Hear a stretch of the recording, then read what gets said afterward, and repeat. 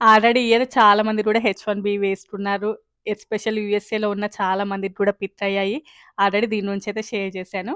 Only H-1B రాగానే మనకి అంతా అయిపోయినట్లు కాదు. అస్సలు ఇప్పుడే స్టార్ట్ అవుతది. అండ్ అసలు వచ్చిన వాళ్ళు ఎలా ప్రాసెస్ చేసుకోవాలి? అండ్ రాని వాళ్ళ పరిస్థితి ఏంటి?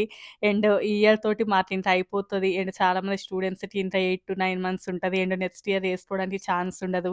ఈవెన్ ఎల్-1 వీసా మీద ఉన్న వాళ్ళకి ఇంత ఆల్రెడీ కొంతమంది ఈ ఇయర్ తోటే ఛాన్స్ అయిపోయిన వాళ్ళుంటారు. ఇలా చాలామంది ఉంటారు కదా! సో, వాళ్ళ గురించయితే ఈ వీడియోలో షేర్ చేద్దాం అనుకుంటున్నాను. కొన్ని టిప్స్ అండ్ ట్రిక్స్ అలాంటివి షేర్ చేస్తాను. సో, ఇంకెవరైనా కొత్తగా మన ఛానెల్‌ని చూస్తున్నట్లయితే తప్పకుండా సబ్స్క్రైబ్ చేసుకోండి. వీడియోకైతే లైక్ చేయండి. ఎవరికైనా యూజ్ అవుతదనుకుంటే షేర్ చేయండి. సో, చాలామంది వీడియోస్ చూస్తున్నారు. అట్‌లీస్ట్ చూసిన ప్రతి ఒక్కరు ఒక చిన్న లైక్ కొడితే నాకు హెల్ప్ అవుతది. అండ్ నాకు కొంచెం మోటివేషన్ లాగా ఉంటది. మంచి ఇన్ఫర్మేటివ్ వీడియోస్‌ని మీరు కూడా ఎంకరేజ్ చేస్తున్నట్లుగా ఉంటది. సరే ఇంక మనమైతే టాపిక్‌లోకెళ్దాం. అంతకంటే ముందు ఈ ఇయర్ చాలామంది ఫ్రస్ట్రేట్ అవుతూ ఉన్నారు. ఎందుకంటే బయట చాలా వరకు ఏంటి అంటే ఆల్మోస్ట్ లాటరీ వేసిన అందరికీ కూడా పిట్ అయ్యాది అనేది ఎక్కువగా వినిపిస్తుంది. ఎస్పెషల్లీ లెవెల్ 3 అండ్ లెవెల్ 4కి 100% పిట్ అయ్యింది అని చెప్పి. దీన్ని బేస్ చేసుకొని ఏంటి అంటే ఇంక ఈ ఇయర్ తోటి మాకు అయిపోతది అనుకున్న వాళ్ళు, లెవెల్ 4లో ఏస్తున్న వాళ్ళు, లెవెల్ 3లో ఏస్తున్న వాళ్ళు కొన్ని కన్సల్టెన్సీస్‌కి కాల్ చేసి తిడుతూ కూడా ఉన్నారంట. అసలు మీరేసారా హెచ్-1బీ? అసలు మీరు లాటరీ ఏస్తే ఎందుకు రాదు? మీరెయ్యలేదు కాబట్టి రాలేదు. మీరేదో ఒక ర్యాండమ్ బెనిఫిషియరీ ఐడీ రాసిచ్చారు. ఎలాగో మనం చూసుకోలేం గదా! సో, అందుకోసమే ఏదో ఒకటి రాసిచ్చారని జెప్పేసి చాలా ఫ్రస్ట్రేట్ అవుతూ ఉన్నారంట. ఇంకా అలా అవుతే చేసేదేమీ ఉండదు. ఇంక యూఎస్ అంటేనే అదృష్టం. బొమ్మ, బొడుసు అంతే. లాటరీ అనేదే ఇంక అదృష్టం గదా! కాయిన్ టాసే. యూఎస్ లైఫ్ అంటేనే కాయిన్ టాస్ లాగా ఉంటది. బొమ్మ పడితే ఉండడం, బొడుసు పడితే పోవడం అంతే కాబట్టి దాని నుంచి పెద్దగా ఆలోచించాల్సిన అవసరం లేదు. అంతా కూడా ఇది దేవుడి నిర్ణయం. ఆయన ఎలా రాసిపెట్టుంటే అలా జరుగుతది అంతే.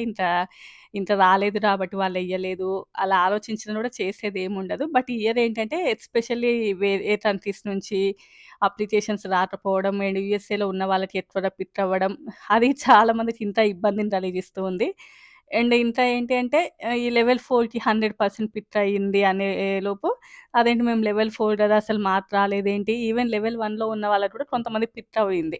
సో, అది బేస్ చేసుకొని ఏంటంటే లెవెల్ 1కి పిక్ అవ్వలేదు మాకెందుకు అవ్వలేదు అంటే అదంతా అదృష్టం అంతే ఇంకా. ఎంత కొంతమందికి ఎంత టాలెంట్ ఎంత ఉన్నా కూడా సుడి తీరదంటారు చూషిరా? అలాంటిది లేకపోతే ఎవరు ఏమీ చేయలేరు. సో, ఇంకా అదంతా డిఫరెంటు.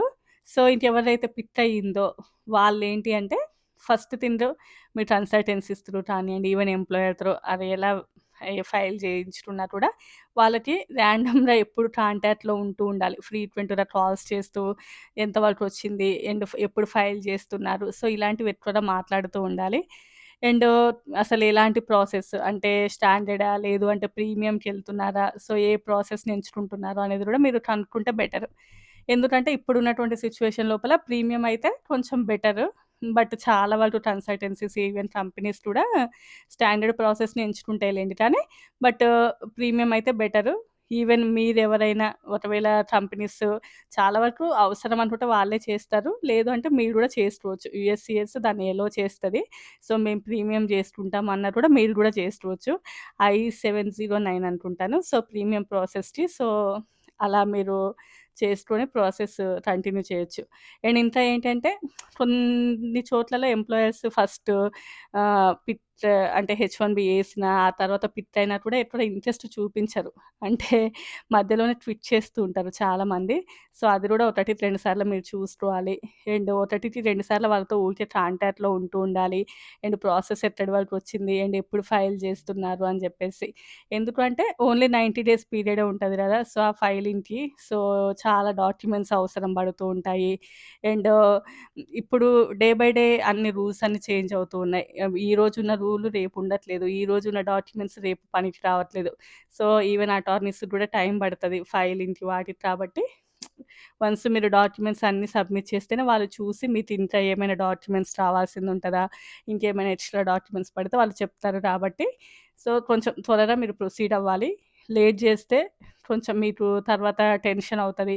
చాలా ఇబ్బంది పడాల్సిందుంటది. సో, ఎప్పటికప్పుడు కాంటాక్ట్‌లో ఉంటూ ఉండాలి. అండ్ డాక్యుమెంట్స్ ఏం కావాలి అన్నీ గూడా సరిగ్గా చూసుకోవాలి. అండ్ నెక్స్ట్ ఈ ఇయర్ ఎస్ఎస్‌సి కూడా అని జెప్పేసి వేజ్ లెవెల్ ఇలా డిఫరెంట్‌గా ఉన్నాయి కాబట్టి మీరసలు ఏ వేజ్ చేస్తున్నారు? ఈవెన్ వేజ్ 3 చేస్తున్నారా? ఈవెన్ 4 అలా వేస్తున్నారా?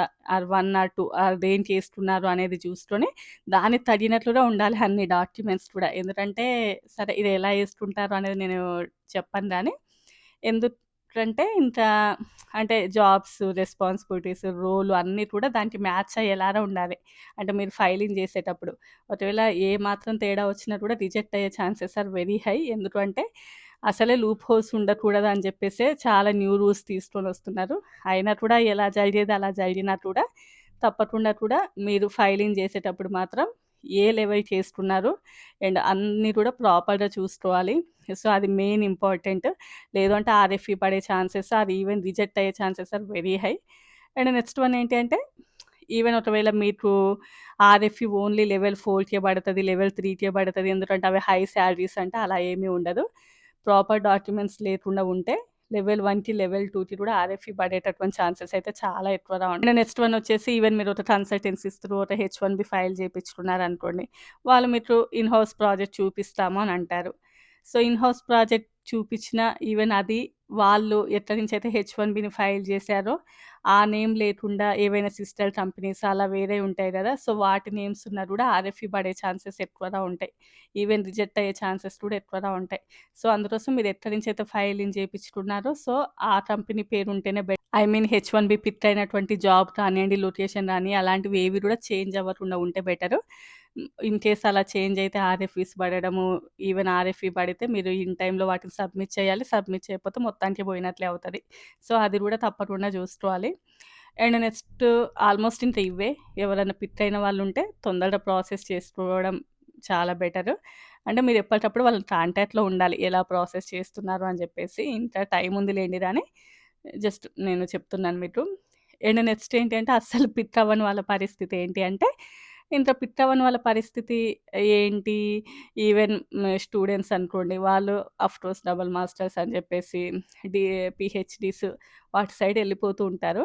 వాటికి ఇప్పుడు పెద్దగా ప్రాబ్లమ్ ఉండకపోయినా కూడా ఫ్యూచర్‌లో గ్రీన్ కార్డ్ ఆ టైం లోపల కొంచెం ప్రాబ్లమ్ ఏర్పడతది. సరే అప్పటి వరకు రాజెవడో, బంటెవడో అంటారా? సరే ఓకే. ఇంక వాళ్ళకి ఆల్రెడీ ఆ ఆప్షన్ ఉంటది. ఆల్రెడీ వాళ్ళు రెడీగానే ఉంటారు ఆ ఆప్షన్‌కి. సో, రాకపోతే వాళ్ళకి వేరే అదర్ ఆల్టర్‌నేటివ్స్ ఉంటాయి. అండ్ ఇంకా కొంతమందేంటంటే క్యాప్ ఎగ్జెంప్షన్ హెచ్-1బీస్ ఉంటాయి కదా!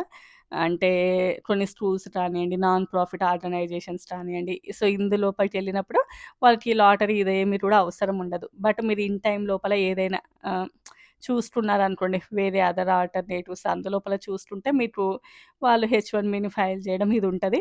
బట్ అక్కడ నెగెటివ్ ఏంటి అంటే మీరు వేరే కంపెనీకి చేంజ్ అవ్వడం అలాంటివేవి ఉండదు. ఇన్ కేస్ మీరు అలా చేంజ్ అవ్వాలి అనుకుంటే మళ్ళీ లాటరీ ప్రాసెస్, మళ్ళీ రొటీన్ ఈ పాత ప్రాసెస్‌కి రావాల్సిందుంటది.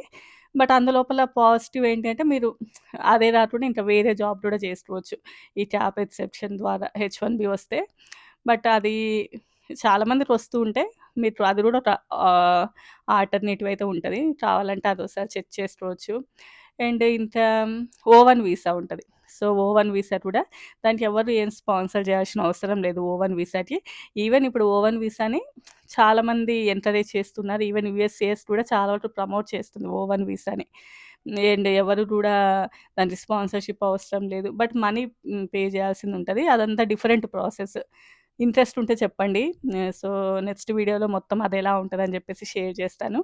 సో, ఆల్మోస్ట్ నాకు తెలిసిన వాటైతే షేర్ చేశాను. ఇన్ కేస్ మీకు ఇంకేదైనా తెలిసినా కూడా తప్పకుండా కామెంట్ సెక్షన్‌లో అయితే తెలియజేయండి. ఈరోజు వాయిస్ ఎలా ఇనిపిస్తుంది? సో, మైక్ ఇలా పెట్టుకుంటే బానే ఉందా? లేదా? అనేది చెప్పండి. చాలామంది వాయిస్ లో ఉందంటున్నారు కాబట్టి ఇలా పెట్టుకున్నాను. మన వాయిసే డిఫరెంట్. అదో సరే ఇంక రేపు మరో మంచి వీడియోతో కలుద్దాం. Bye bye.